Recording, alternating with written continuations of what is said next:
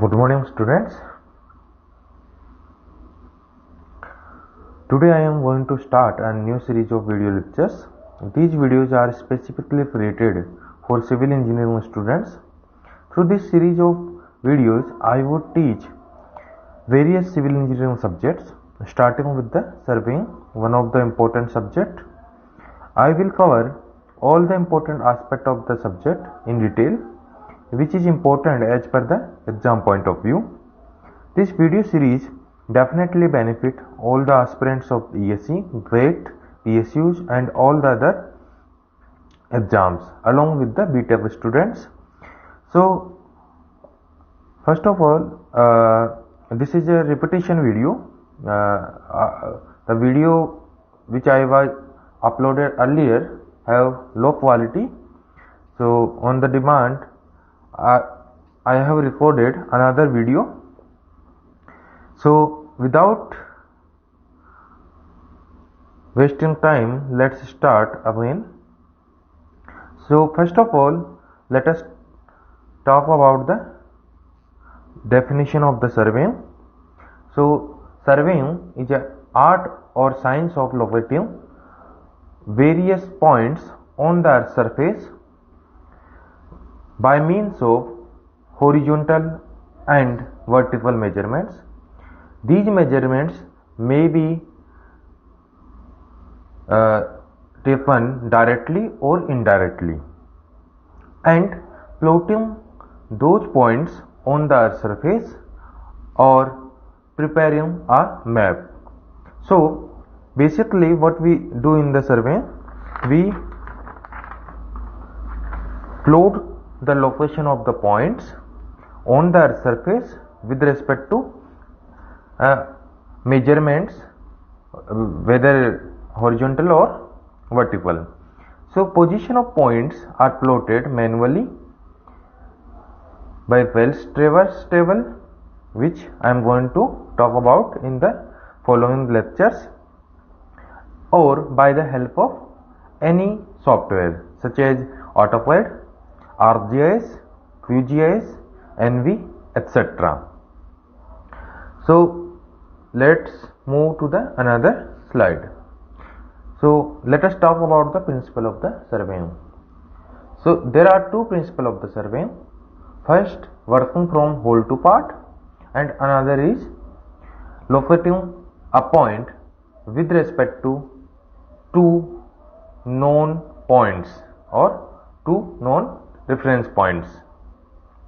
So the first principle says that outer control points of the survey area are located or fixed with great precision, and the internal station point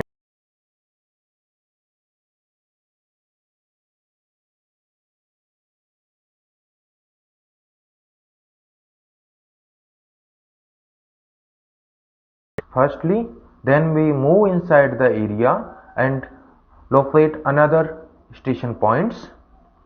So this thing we can understand with the help of this image.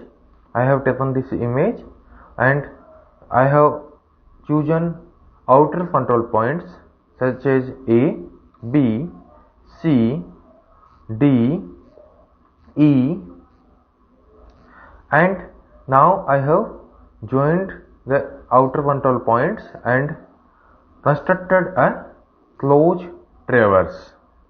So this closed traverse will give you the controlled area. Now I have chosen random station inside the controlled area. These stations are chosen randomly. So after choosing these stations, I have to locate these stations with respect to the outer control points.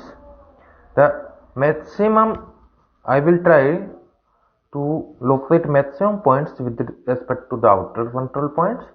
If that is not possible, I will move to the another station points and take a reference of that station points to locate the another point.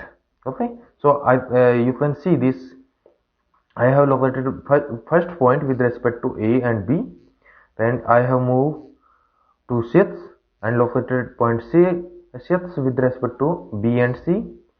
Same way, I have located point 4 with respect to D and C, and point 3 with respect to E and D, and point 2 with respect to A and E.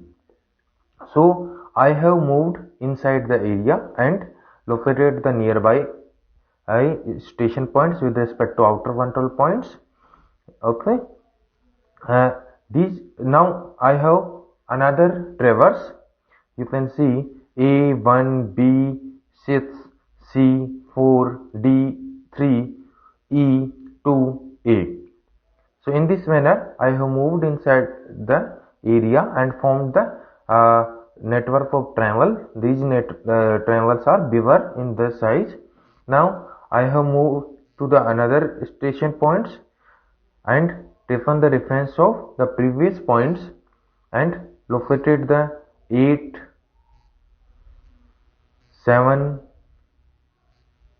5 and completed the network of triangles and moved inside the area. Okay, so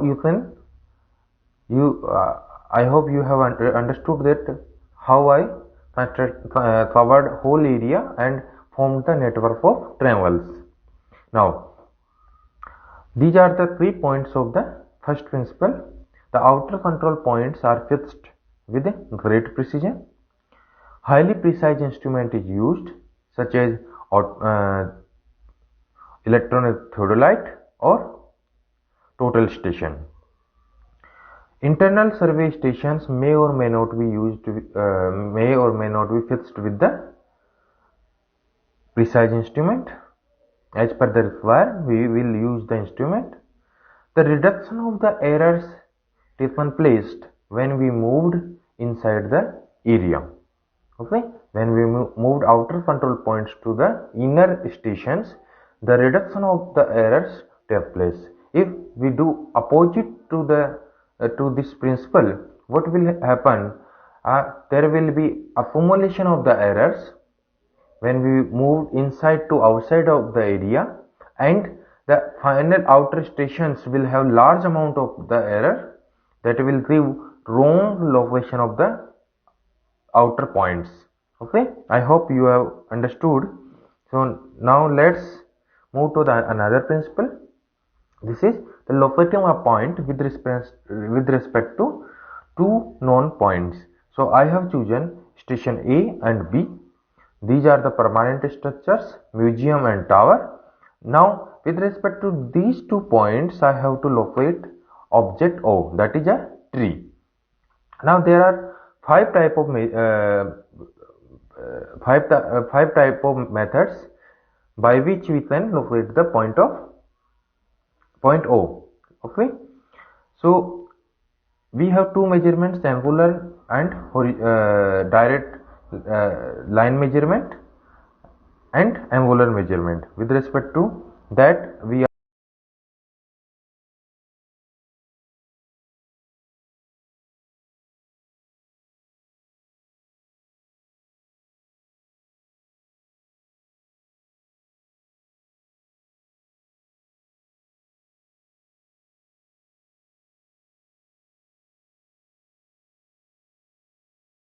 paper sheet, we can mark the arc, and the intersection point of 2 arcs will give you the position of O. You can see I have constructed arc AO, arc BO, and intersection point will give you the position of O. If the point O is not accessible directly from A and B, in this case object is visible. Now object is visible from A and B, so I can measure the angles or direction of O from B A, okay, and then map an angle BAO. Same way, I can measure the angle ABO. Now intersection of these two lines will be the position of O. Now suppose the point BO is not directly accessible, but AO is directly accessible and visible also. Okay? Accessible and visible also. But from B, O is not accessible directly or visible. In this case, what I can do? I can measure the angle BAO and directly measure AO. So this will reveal the position of O. So in this way, I can again fix the position of O. Now suppose from B, point is not directly accessible, but point is visible. So I can measure angle ABO, and from A, the point O is directly accessible. So I can measure AO distance, and by cutting the arc on BO, I can fix the position of O. If there is a plane area and there is no obstruction in between the object and the baseline AB, so another way is I can lay down a perpendicular offset from AB to the O and directly measure the distance, offset distance, perpendicular offset distance, and fix the point O. So you can see I have laid down a perpendicular offset, and by measuring the distance, perpendicular distance from baseline AB, I can fix the position of O. I hope you have understood the seventh principle of the surveying. So in this principle, what we have done? We have fixed the point O with respect to at least two reference points. Minimum two reference points are required. If there are more than two reference points, well and good, but at least two station points are required to fix the position of any object. Okay, so this is the seventh principle of the surveying. So now let's move to the another slide. Let us discuss the purpose of the surveying. So to discuss the purpose of the surveying, let us take an example of reservoir construction. So friends, before commencement of the any civil engineering project such as reservoir construction, we have to follow these four steps: map study, references, pre-survey, detailed survey. Why? I will discuss later on. But in these four steps, what we do in the map study, we study the topographical and terrain map of that particular area at which we are going to construct a reservoir. In the reference surveys, we visit to the site and identify the control stations in that particular area and identify the important features such as hills, pond or some tower, etc. After that, in the office, we perform pre-survey work by using the maps and estimate the rough quantity of the construction work. So estimation of the rough quantity or cost of the construction work is done in the pre-survey. After that, we move to the fourth step, that is the detailed survey work.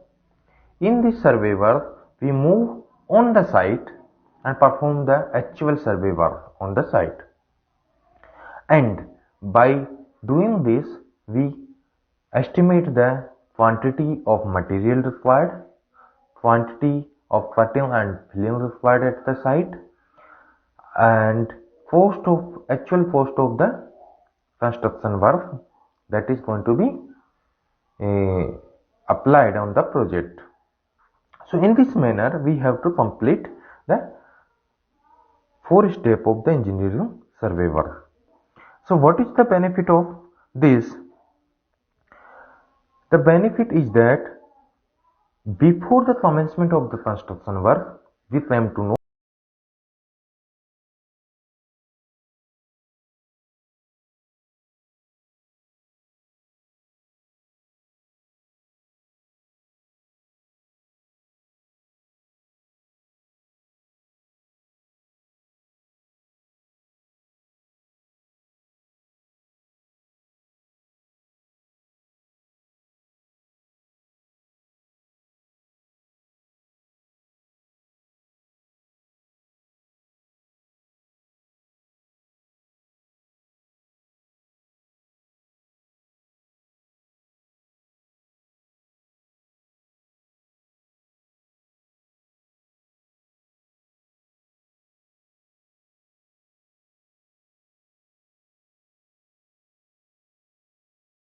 the negative and positive impact of the project are analyzed, and on the basis of that we can go thumbs up or thumbs down to the project.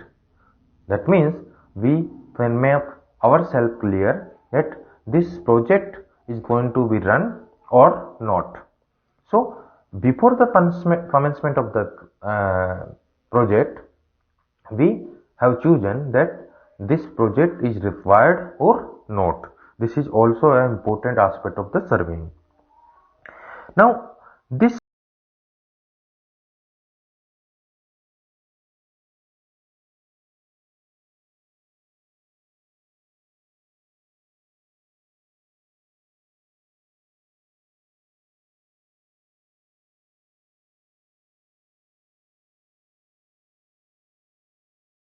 money and time is saving, and along with this the revenue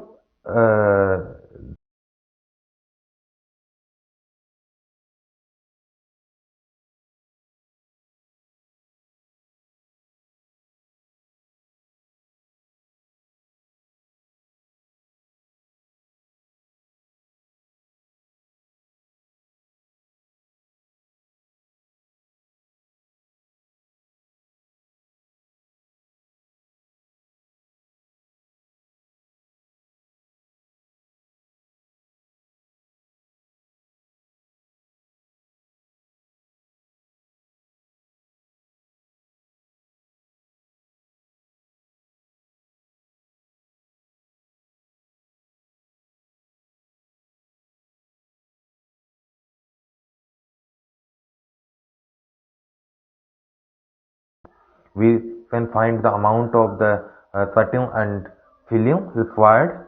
We can best use the local resources, and so this will avoid the further problems in the construction phase. And let us take another example. Suppose we are going to lay down a road from point A to B. Before the lay down of the road, we fix the alignment of the road, and this alignment of road is chosen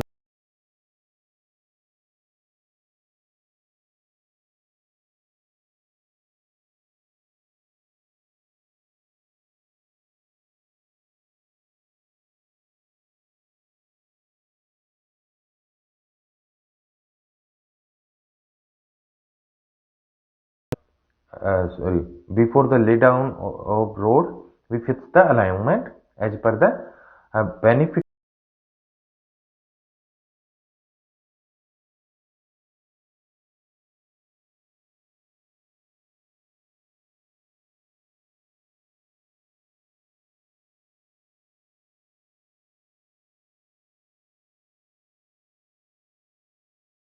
Right, this is application of the survey. The first application is geodetic application, in which we fix the precise position of the points. We draw the traverse. We collect the various information of the land use and land cover, as per the requirement of the project. We prepare maps and plans. We estimate the volume and areas of any project as per the requirement. In the construction of maps, we have number of maps.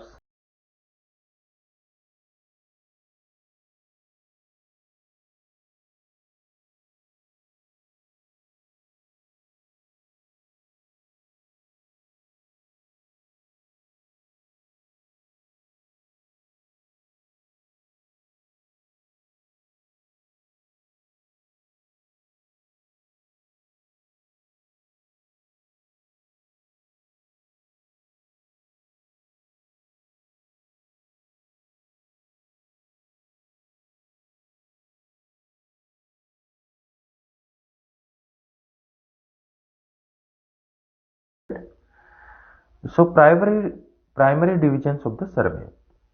So first is geodetic survey.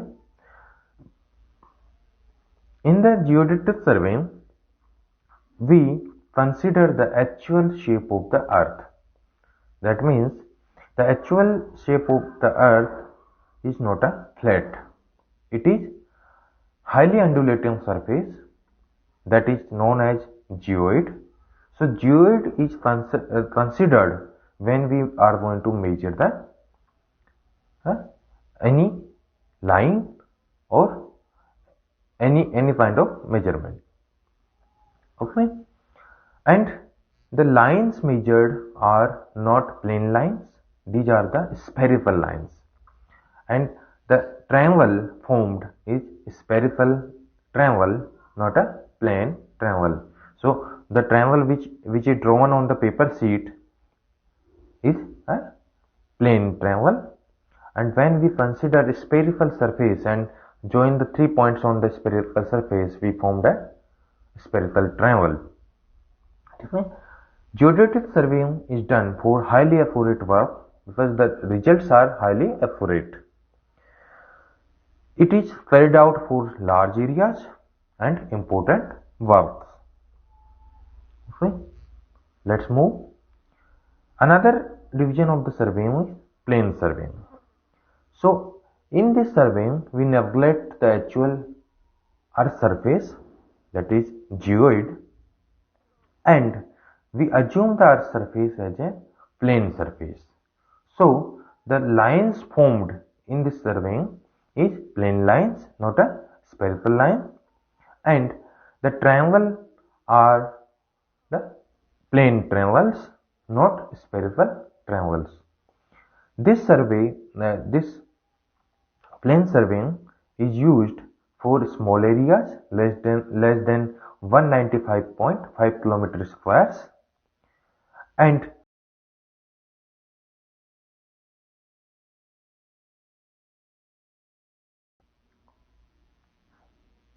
you can see flat surface measurements are done. Less accurate method not suitable for the large area measurements. Okay. Now these are the 2 points which you have to remember. These are the very important points. Directly questions are formed on these points. First is 12-kilometer line measured as a spherical line only have 1 centimeter error if measured as a plane line. That means 12-kilometer measurement of line will have 1 centimeter error when it is measured as a spherical line or vice versa. That means if you measure a straight line, plane line of 12 kilometer and you shift this line on the actual earth surface, it will measure only 12 kilometer plus 1 centimeter. So there is a 1 centimeter extra when measuring as a spherical line. So there is a 1 centimeter error. So this fact you have to remember.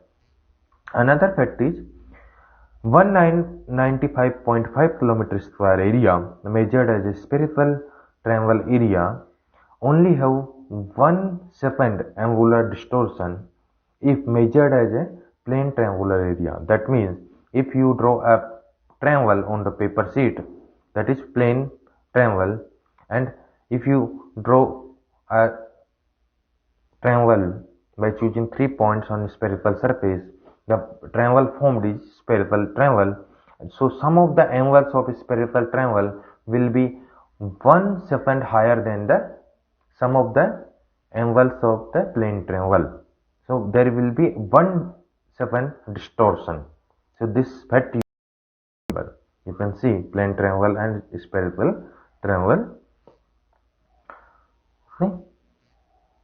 Geoid actual earth surface, I have already talked about this.